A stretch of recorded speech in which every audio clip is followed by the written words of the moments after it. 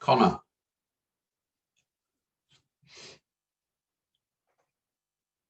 Hello.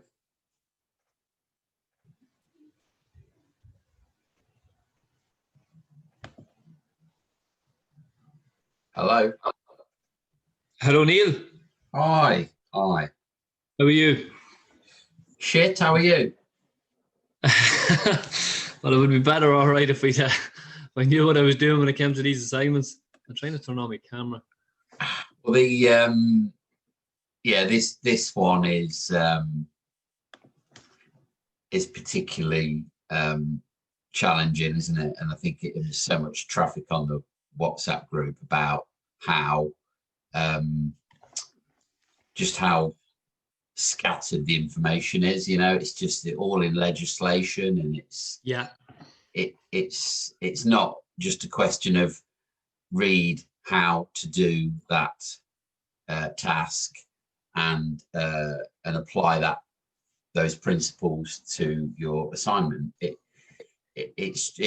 couldn't be further from the truth. So now I really value you putting your hand up here, because I'm struggling with this one in comparison to the other one I'm doing. Yeah. The other ones, like when I'm on the other law, on the PRL, the property law, and it's more direct. Basically, we've been given two questions to answer, and they're two legal points. Right. So it's just finding backup information to support either point. And yeah, they are very long. They're essay type assignments, but they're a lot easier to do than this. This is nearly like an exam. It's either right or wrong. Yeah. You know. Well, we had what's the module code of that other one you're doing, Connor? I'll tell you now. PRL law 5 PRL. What degree are you doing then, Connor? Building surveying. Okay, cool. What are you? Just the pure quantity surveying degree. Quantity surveying. Yeah.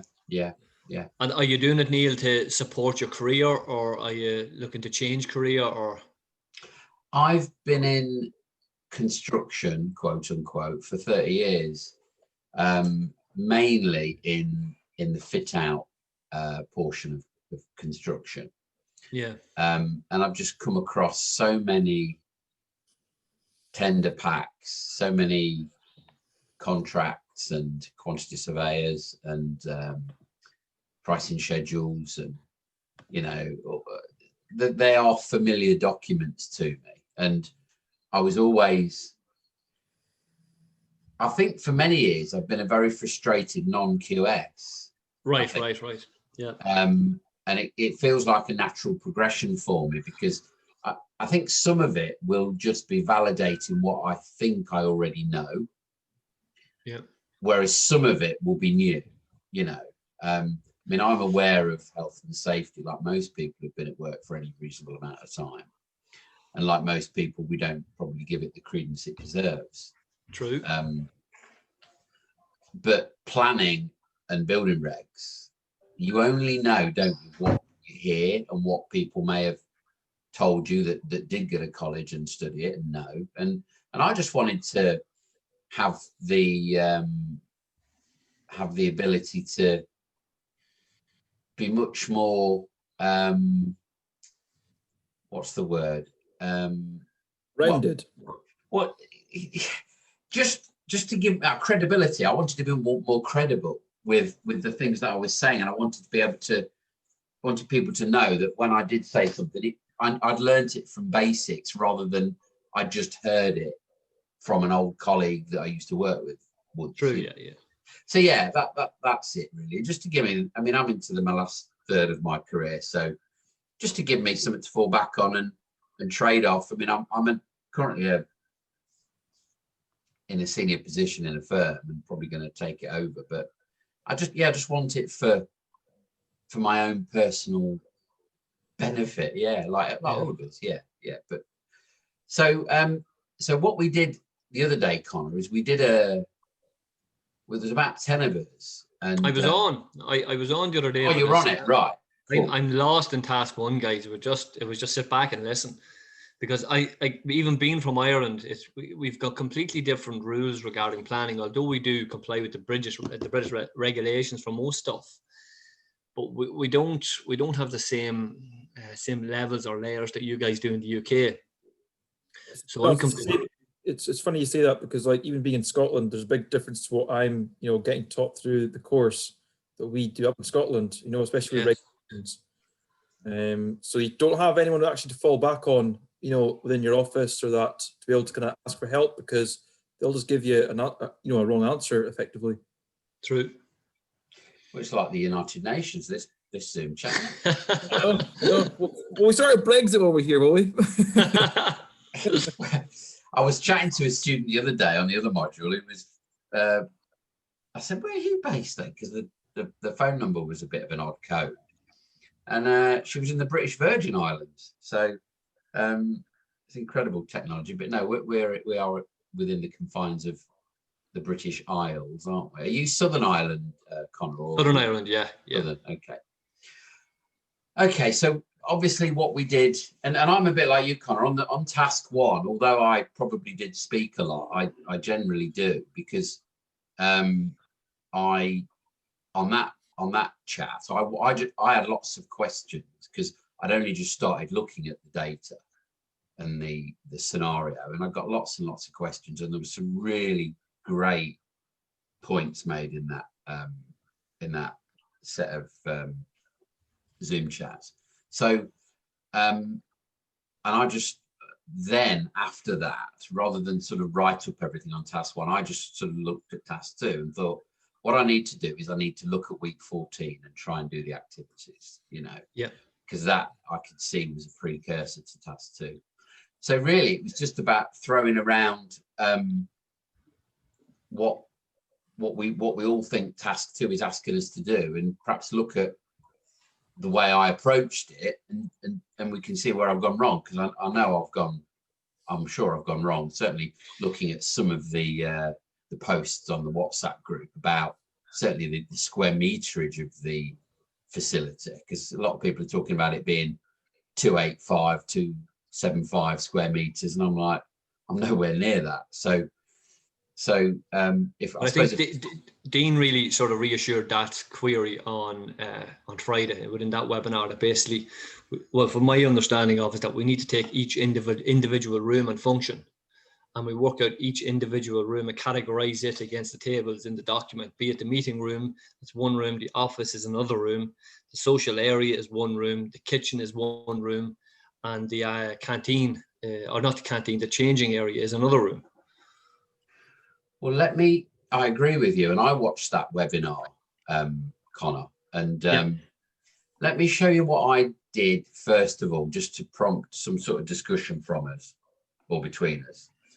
I put the drawing into a PowerPoint so that I could try and work out the square meterage of the area. And the first thing I did, like you, having looked at Dean's webinar where he said, forget the toilets, forget the showers.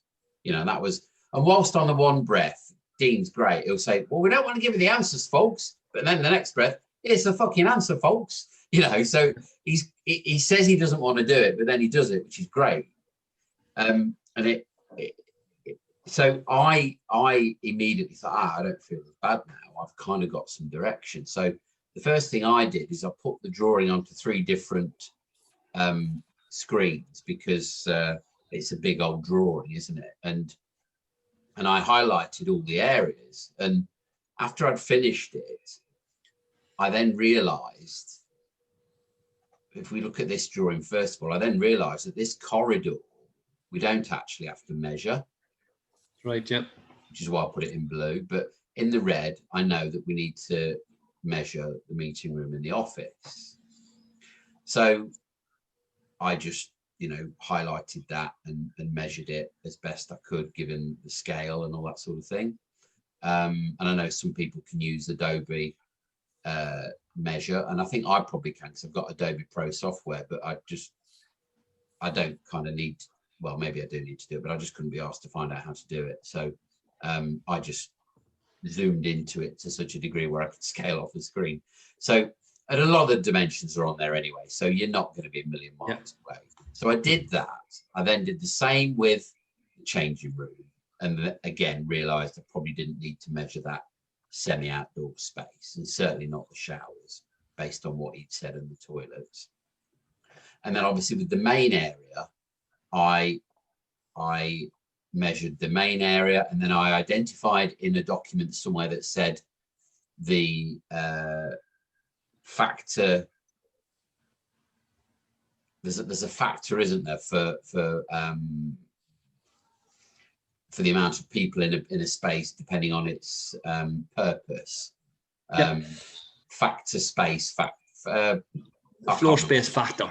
That's the one. Floor space factor. Yeah. Easy for you to say. And I realised that I read that if you're within 2 meters of a bar, then the floor space factor is different to if you're not. So that's why and I might be wrong here, you know, this is just what I thought. Okay, well, that's 2 meters away from the bar. These to me look like solid walls. There's the shutter. That made sense to me, that is going to be measured separately as an area, if you like. The full width of the bar, the shutter, by 2 meters into the main area. And the reason I've put all these rectangles in here is because obviously that's the way I've measured it, bit by bit, you know. So that's kind of as far as I really got in terms of my measurement of that space. I did read a bit about where that particular weekly material took you in terms of floor space factors and occupancy levels and purposes of space, because the purpose of the space, I think, determines the floor space factor that one uses, which then will help you work out the occupancy level. Yeah. So unless we determine what the purpose of that room is, we've got no chance of working out the occupancy level. And I think everyone did I think a lot of people did an exercise 14.1, which I certainly did last night, which took me through that process of identifying what space it was, what purpose was it, what's the factor, therefore what are the number of people, how many exits do you need, blah blah blah. And that's really as far as I got. I did also create a little spreadsheet just to make sense of it, which I'm not sure if I'm sharing that with you. Yeah. So that really is literally me just identifying all of the areas that I just showed you on that marked up PowerPoint, with the area that I arrived at. And then I also put in here, well, what type of purpose is that room? And I don't know if either of you have looked at that particular document about purposing. But if you haven't, I'll try and bring it up, which is this thing here. No, I have. Yeah, I have. I've worked out. I've worked out the table as well. Cool. I was just cross referencing. Just I have it here in front of me myself. Yeah, is this the approved document, sorry, is it? Say that again. Is this the approved document B, is it? Yeah. Okay. Yes, okay. It is. ADB Volume 2. Yes, it is. Yes. Yeah. I'll be honest with you guys. I've not looked at Task 2 at all. So, this is new to me. So. Well, that's fine, isn't it? I mean, I'll just take you through where I got to. It was up until this time yesterday, I was in your shoes, Rory. So, see one thing there, Neil, just going back to the measurements. And it was just something that it was on the chat today regarding the sections that we need to, first of all, classify whether it's in section 2 or section 4 of the approved document. And this is why the examples that they got us to do, I thought were very simple. They were straightforward. They were quite easy to reference back to the table and pull out the room function and all. And again, there was confusion because he had errors. He had two measurements of 285 and 235. And then they came back and clarified that it was 285. And then that made it section 2 because single occupancy is anything over 280 square meters. So although we don't include the toilets and the storage units and the shower units and stuff in trying to work out the function and the escape routes, but do we classify them in the complete floor space area when it comes to deciding is it section 2 or section 4 small spaces? That's a massive difference. That is absolutely the way I was thinking. I clearly we are told, aren't we, that folks don't measure the toilets or the showers. Yeah, we're told that, and almost just to prove that if we did, it wouldn't go over the 280. I wanted to measure them.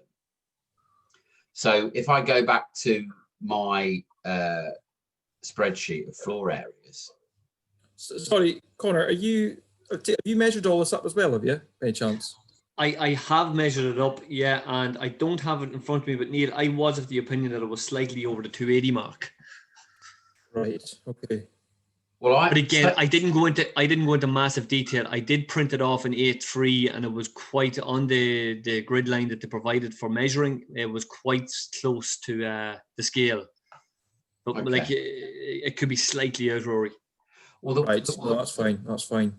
The areas that I've measured so far, which is everything that you see there in red, everything that you see there in red and blue, and everything that you see in there in red and blue, that comes to 197, right? Yeah. So if we think that's another 80,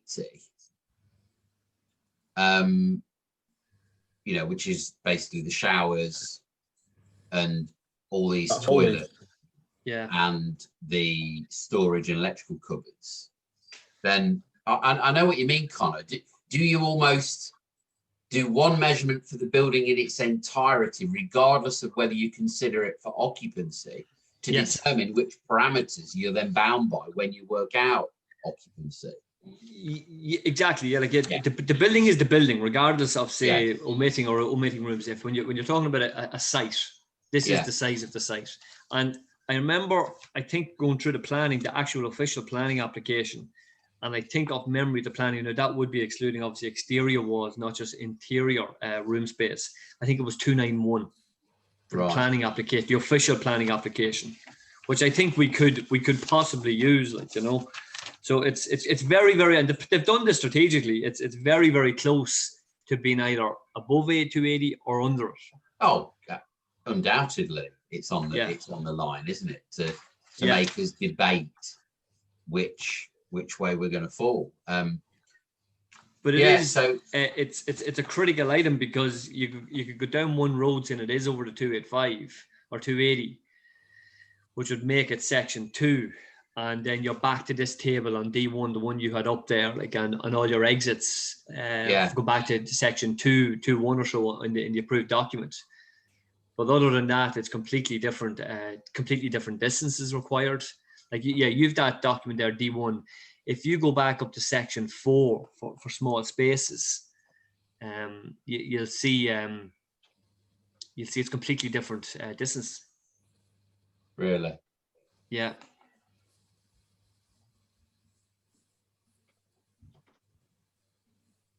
Yeah, see small premises, page 42 there. That keep going on. That's 40. Yeah, so see it there. There's what's required. You see that, like the point of number 3, no story should have a floor area more than 280 square meters.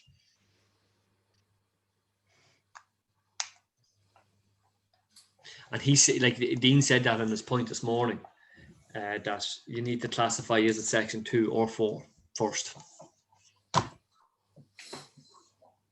So you can actually work out if it's going to be a small premises or not, effectively. Correct. Yeah. Yeah. Okay. Right. Okay. But is that, surely if you're saying that, then that's have to include every single square meter of that footprint, regardless of whether it's going to be an area that's not going to get considered as part of your fire strategy. Correct. That's what I would believe, that it's the full footprint. Yeah. Because I All suppose, rooms inclusive. I suppose if you think about it from a sort of legislative background or legislative perspective, when this legislation has been kind of created, that there's a line in the sand for a good reason. This 280 meters, 280 square meters, and what I guess they must be considering here is that, let's say that somebody is in one of the showers and the fire alarm is sounded. Just because that shower hasn't been considered in terms of how many occupants that building has been designed to hold, doesn't mean that that person doesn't count, you know. So yeah, that person who's in the shower with his hat on and his rubber duck, he's got to get out, and he may be further from the exit than someone who's in the changing room. So that 280 square meters area, it you know, I think it must include the full internal footprint of all the rooms to then tell us as students which set of parameters for occupancy do we use. Is it small premises or is it Appendix D? Section 2, I think you called it. Yes, it's either section 2 or section 4. But that's section 4 you have up on the screen at the minute. Right. Okay. So we just need to determine, is the footprint larger than 280 square meters? And I guess from student to student, depending on their ability to measure with the equipment they've got, you know, we're all going to get a slightly different number, aren't we? Because they've not given us a dimension for every room. So, I mean, they've given us a lot of dimensions, obviously, and a lot of it you can be there or thereabouts. And I'm pretty certain. I mean, I used to be a draftsman, so I can draw, but I'm pretty certain that I am, you know, I'm in a small tolerance of error there, but there will be a tolerance. And then the other question is, Connor, do you allow for these doorways? You know, do you allow for that 120 mil by a meter, whatever it is, you know? I don't even think we need to go into as detail of measuring each room, really. I think we just need to measure the perimeter inside line. So it's basically split it up into 2 buildings, split it up into the changing room area, work at that area, and then do the other one as well, and just add the 2 of them together. So don't you think that for a meeting room, we need to know what the internal floor space is so that we do for the exit strategy and to determine the distance that's required to get out of the building, but to actually figure out, number 1, is it section 2 or section 4? I'm with you. You just take get me? Yeah, take a line on the internal skin almost. Yeah, because if you just scroll down on that page a bit further down here.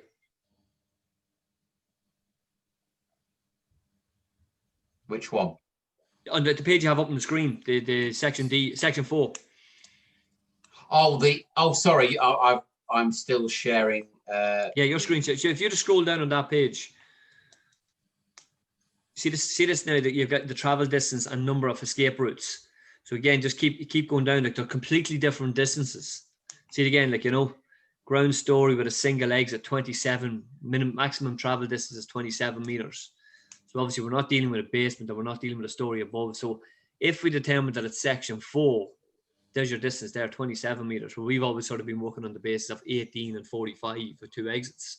Yeah. Come back to the section 2. Now, I'd like to believe that everything that we've been the road we've been led down by Dean is section 2, because all the examples that were provided in 14.1 were all section 2.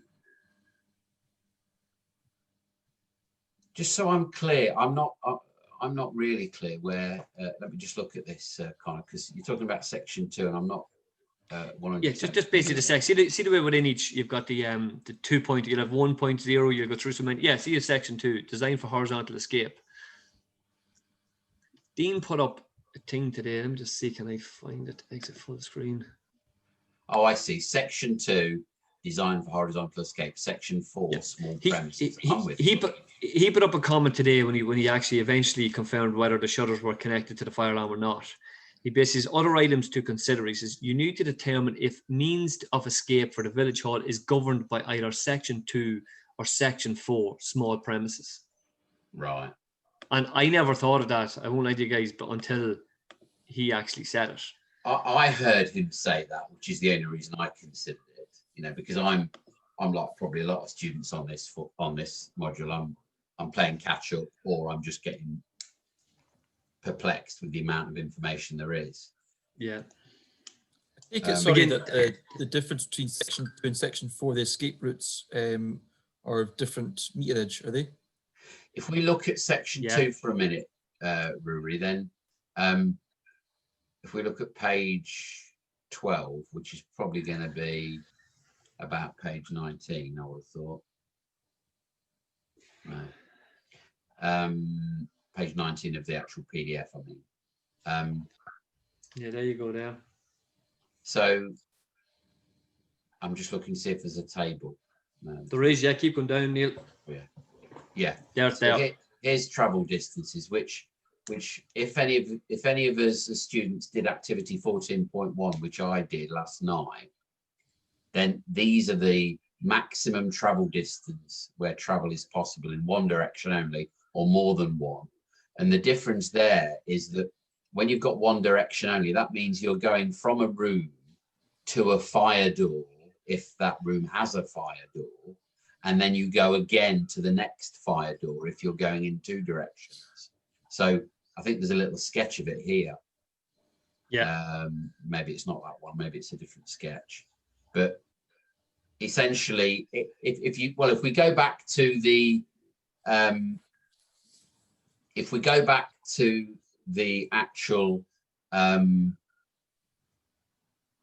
layout, which I'm just going to now, this layout here, Dean made it quite clear to us that these doors here were not fire doors.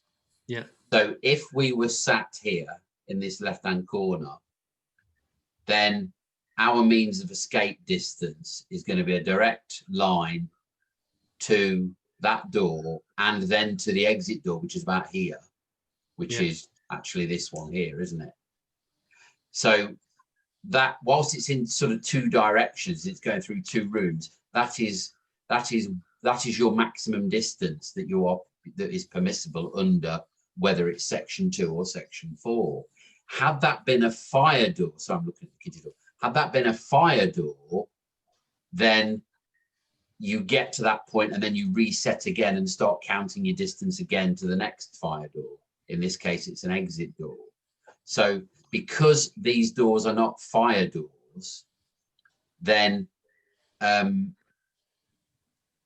your exit distance is either going to this fire exit here,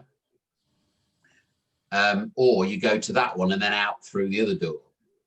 And it's whether. Where does it indicate what's a fire door, what's not a fire door? Okay, well, if you see here, FD. Oh, sorry. Okay, yeah. No, yeah, that's got FD. And then on here, I think it's got FD. Vision panel. Yeah, vision door. Yeah, FD 30. That's half-hour solid core fire door. Yeah, no, that's fine. As long as it's stated, that's fine. I understand that part. Yeah. My initial opinion of the escape routes based on section 2 is that the building is fully compliant, because if you go back into the corner of that social area down the bottom, that one there, you've got 2 forms of exit. You have the exit over to the right, which brings you to the outside, okay? And then you've got the second form of exit, which brings you up to the vision panel door. That angle is over the 45 degree. So it is clearly that you're sending people 2 different directions.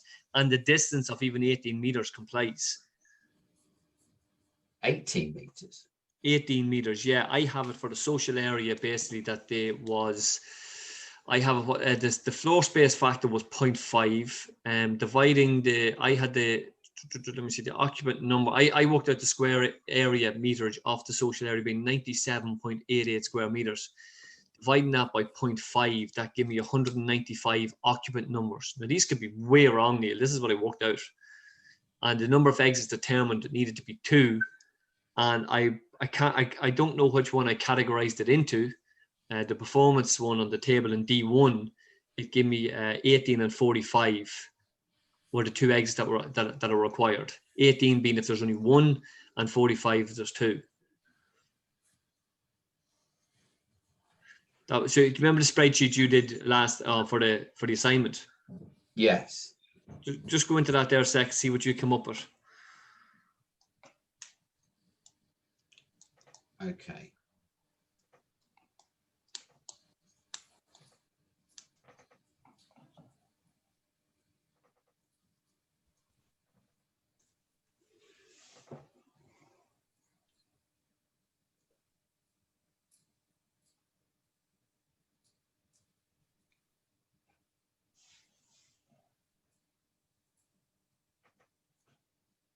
Sorry. No, you're all right. Snail with a limp. Right, new share. Can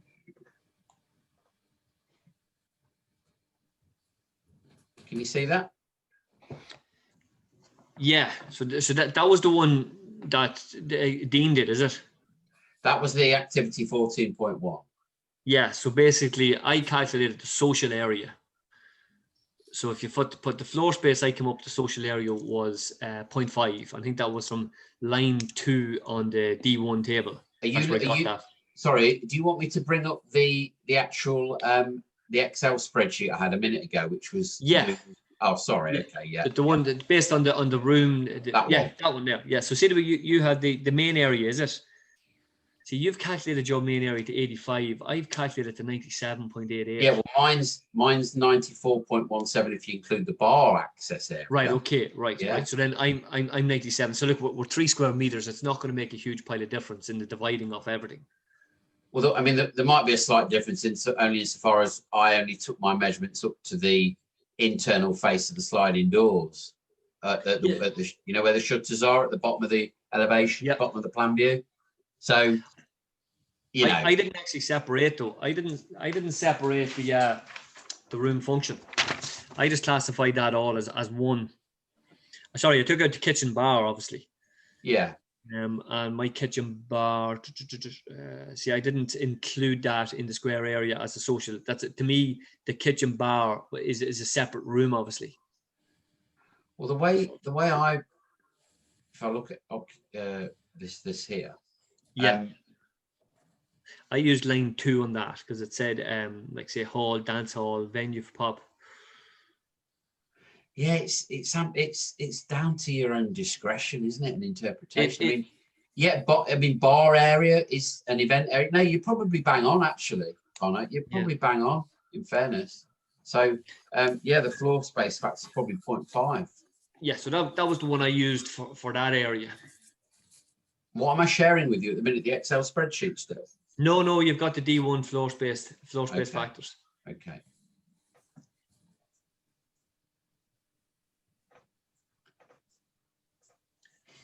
Yeah, and then I put 0.3 for that bar access bit because it does stipulate that is type 1 bars nearer than if you're within 2 meters of a bar area, it's 0.3. But we're splitting hairs, but that's what I've done. Yeah. So, that gives me an occupancy of 199 people. Yeah, what did I say? I had you were 190 something. 195. Yeah. So again, it doesn't make a difference 195 or 199 because if you go back to the other table, I can't remember, is it over 110 or is it over 60? 60 to 110 and 110. Yeah, so it makes no difference. So you have exits. Yeah, you have the same. You have number of exits required 2. Yeah. And I have the same for the bar as well. I've only 1 exit. Obviously, there's only 1 required for the bar. So 2 for the main. So if you go back to the social area, we have the 2 exits. But the fact that we have alternative exits means that we more than one direction, that the maximum travel distance is 45 meters. So we can clearly state that based on the design of the measures provided that we're nowhere near 45 minutes, 45 meters.